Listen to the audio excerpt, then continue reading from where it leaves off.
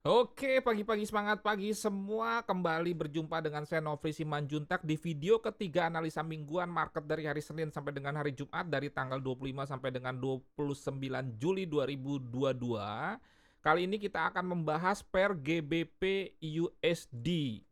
Jangan lupa untuk selalu mendukung channel ini, BPJS bayar pakai jempol saja. Anda subscribe, kemudian juga klik lonceng jika Anda ingin mendapatkan notifikasi secara otomatis, dan Anda juga bisa komen, dan lebih penting lagi adalah share, karena bisa mendukung channel ini untuk terus ditonton, dan kedua, membantu orang-orang supaya memiliki pemahaman yang benar tentang trading, baru melakukan aktivitas trading.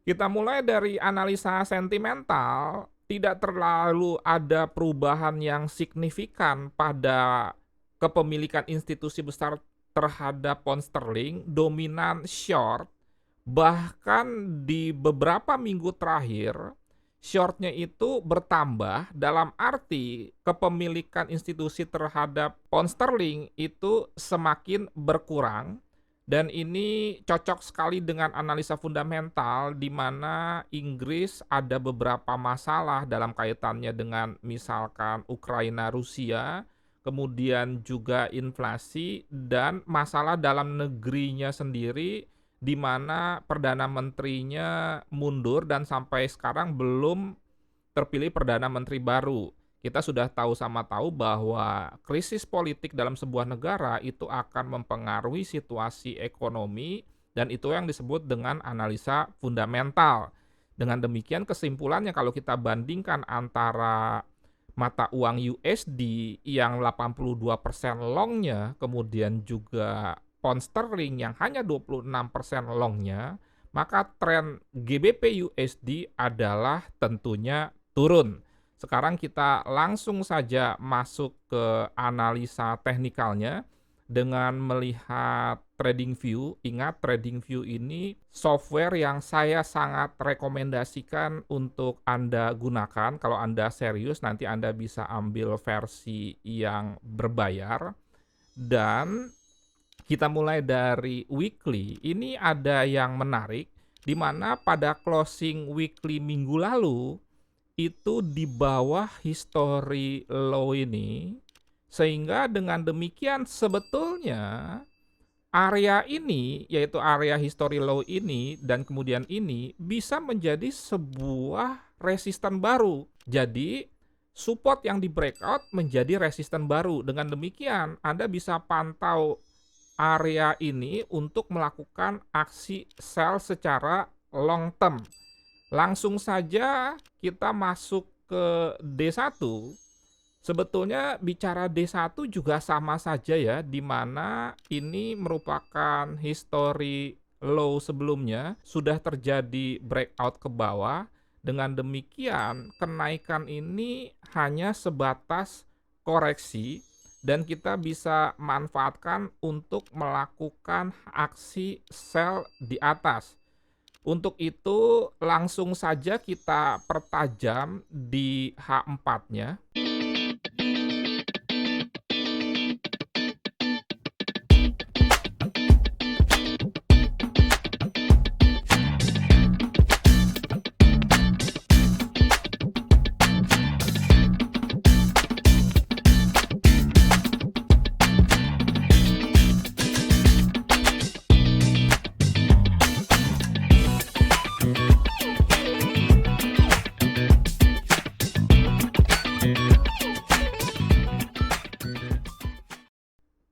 Tambahan informasi sebelum kita masuk ke trading plan yang lebih detail di H4 dengan membuat skenario entry exit SLTP sampai dengan forecast map-nya, Buat Anda yang ingin trading dengan aman, nyaman karena bisa lotnya 0,01 dan itu di broker teregulasi Bapepti, Anda bisa membuka account di Monex.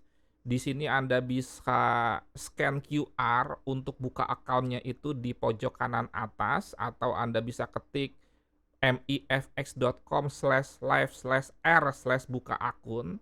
Dan untuk informasi lebih lengkap Anda ingin bertanya apapun soal pembukaan account, lot, soal biaya, termasuk juga soal analisa teknikal, Anda bisa join di grup t.me/mifx001 atau Anda bisa scan yang di kanan bawah. Ingat bahwa lot 0,01 atau mikro ini penting bukan hanya untuk pemula tetapi juga Anda yang sudah eksis di dalam dunia trading memiliki account trading umur minimal 1 tahun, profit minimal 30%, karena bisa untuk menguji sistem trading kita, kemudian juga sebagai pembuktian kita mampu untuk trading dengan lot yang lebih besar, maka di lot yang lebih kecil kita harus bisa juga membuktikan terlebih dahulu karena itu yang logik. Sekali lagi, kalau Anda ingin membuka account di broker lokal teregulasi Bapepti dan bisa lot 0,01